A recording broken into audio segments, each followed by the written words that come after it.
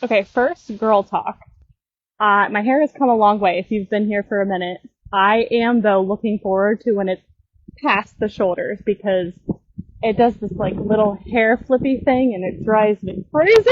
But that's okay. We're gonna let it drive me crazy because nothing is harder than when it's like a mullet. And like a bowl cut. That was not sexy. That was not fun. So anything is better than that era. Anywho, let's get to the more serious topic.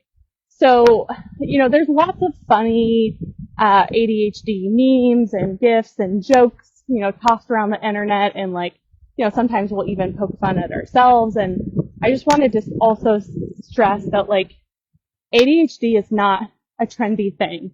It's not the cool thing. It is a real thing, and it is very challenging. I think it's even more challenging if you don't know that you have ADHD. It's all hard, and it's not a competition. But, just for my own comparison, when I didn't know that I had ADHD, I truly thought I was broken. I thought it had to be so hard to be successful. Of course, this is everyone's normal. Even when I was in grade school, getting good grades felt so hard to me. Studying for tests, finishing a project for school, and doing the test and, sticking to my commitments and all the things. Everything big and small felt so hard. And that's all that I ever knew. And I didn't know that I had ADHD, so I just felt well, if I want to be super successful, which I am a big dreamer, I have always been a big dreamer, I will always be a big dreamer, I choose to be a big dreamer, because, we've got one life, to make it everything that we want it to be, and I don't want to have regrets. I want to live as long as I can and have no regrets. I think that creates a much more peaceful life now and in the future. And so before I knew that I had ADHD, I felt broken. And I felt well, if I know that I want big goals and dreams, I'm just going to have to suck it up, buttercup, and pedal to the metal. I had so many launches where I was just so exhausted. And I think that led to lots of anxiety. It led to lots of mental health challenges.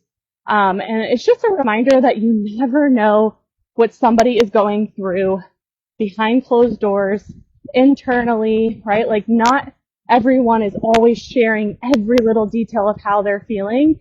And this is why I just strive to create kindness and create compassion and choose love as much as I can. Even in hard times or challenging times or conflict, I really strived as much as I possibly can to choose kindness, choose love, choose compassion. You can still have boundaries and do it in a loving way, right? And so I think a big part of that is because there's so many people that you wouldn't know have challenges and they never share, right? And so you just never ever know. So I think if you get anything away from this video, let's just try to be a little bit more kind. That goes a long way. And I think it's the right thing to do. And it just means the world to people, whether they have ADHD or not. And so ever since I got diagnosed, I finally feel like I'm living. There's still times that are challenging. My medication just finally got to me. I had to wait until my, appointment to get a refill. And yeah, there was just a lot of things that needed to happen and vacation and all the things. And so I have been off of my medication, and life has felt a little challenging, if I'm being honest. It hasn't felt so easy. And I even was talking to a mom not too long ago, and she's like, I just don't want to have to depend on medication. And I get that. And equally, I love that there's something out there that does support me. And what a big blessing that is. And so it's not necessarily that I depend on it. That's a lack mindset, really, right? I like to step into abundance, which is the whole theme for this month. And I love to step into abundance and say, what a freaking blessing that my prescription came, that I have this medication, that I'm able to take it. I'm responsible with it. It genuinely helps me. It helps make things easier for me. And what a big blessing, right? And so I think, obviously medication is always a personal choice. And outside of medication, there's so many things that support me. So I did want to share those. And if you have any questions on how I got evaluated, I have lots of resources. Happy to, answer any and all of your questions as much as I possibly can. I'm not a medical provider, so please always consult your medical provider, but I can share girlfriend to girlfriend what has worked for me, where I got evaluated, all of those things. But I thought I would share some of the things outside of medication that really helped me, because medication isn't the end all be all. So walking, holy smokes. When I say walking has been therapy and medication, I mean it. Oh my goodness. I have literally created more energy, more clarity, more endorphins by freaking walking. I don't know why. I thought I always had to do a hard workout, but at the beginning of July, I was just like, what if I just walked every single day? And I made a challenge to do 10,000 steps. And that led to literally a whole new world. Like, cue the song, a whole new world. And I don't want to stop. Like, I equally love walking outside, just the fresh air, the grounding of the actual ground. There's nothing better. Like, I am looking forward to, when we drop off Emma at school, which starts next week, which feels crazy to me, but, I have a vision of like Boone and I going and getting a walk in the morning, because towards the end of the day, I do like to start like unwinding. So a walk can help do that, but like I still would love to just like spend some time with Emma, especially with her going back to school. Like her bedtime's going to be much, much earlier. So it will be more beneficial in back to school time if Boone and I can get a walk in the morning, which I do love, which I want to do like parks as much as we can, just like change up the environment. So, walking has been huge. Water has been huge. As much sleep as I can. So like not last night, but the night before, I did not get a good night of sleep and I wasn't on my medication and I felt significantly different than I do right now. So sleep severely impacts people with ADHD. So sleep is huge. Also, switching up my environment, which I kind of mentioned earlier, also huge. Because people with ADHD don't naturally produce dopamine. So switching up the environment can be like this dopamine rush. It can be nice and fun and exciting.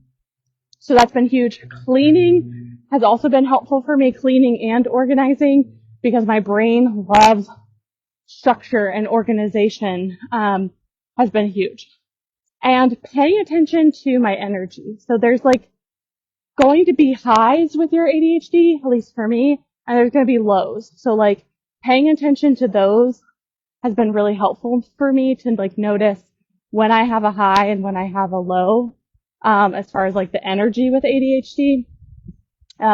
And then like leaning into it regardless if it's like the high moment or the low moment and just giving myself what I need.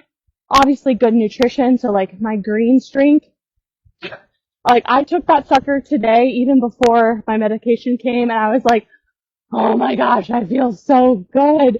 I feel so good. So it's just like the basics go a long way and I won't shut up about the basics, whether it's basics in business, the basics with health and fitness, the basics with literally anything, they work when we work them. Then add in like all the extra like frilly things. So like now I bought like an ab roller, that I'm going to like do some ab work, but like that wasn't the first thing that I went to. Like it was getting the strong foundation of everything first. So I just wanted to share some of the things that were, easier to talk about versus do in a post. But if you are already diagnosed and you need support, I'm here. Just ask questions. I think the more you know yourself and you just lean in to who you naturally are, it really does make a world of a difference, and not apologizing for it. Like, our family has been so much stronger because I've like literally just communicated certain things. Like, hey, can you pause the TV when you're talking to me? Because if not, everything feels like it's so loud and I can't even process what you're saying to me. And so it's like speaking up for ourselves is really important. If you are not diagnosed and you feel like, oh my gosh, I actually kind of think I have ADHD, I think it can be literally life-changing to get diagnosed and then create a treatment plan. I don't think you need to get diagnosed to honor if you have ADHD, but it can help, especially if you want like a professional treatment plan of any sort. So, and I think it's just validation of like, okay, I'm not going crazy. So I see you, I love you, you're not broken, you're just different. And I can't tell you how many times I've said that to myself. I'm not broken, I'm just different. And my goal is to help other women that are different and show them that you can live a really awesome life. You can be super happy, and you can make a lot of money. And I will not shut up about the things that can change people's lives because that's what I'm here to do. And it's been just so empowering every time somebody tells me, oh my gosh, you changed my life. I needed this. And I don't wait for that validation, but it does. It's like little nudges. So I am incredibly grateful if you take the time to do that. I don't expect it. You don't need to do it, but it does mean the world to me. And if you have questions, I don't want you to feel like if only I had somebody to ask questions to. So hit me up in the DMs. I love you so much. You're not broken. You're just different. So be different, celebrate it, do what you need to do to live your happiest, healthiest, wealthiest life. Okay?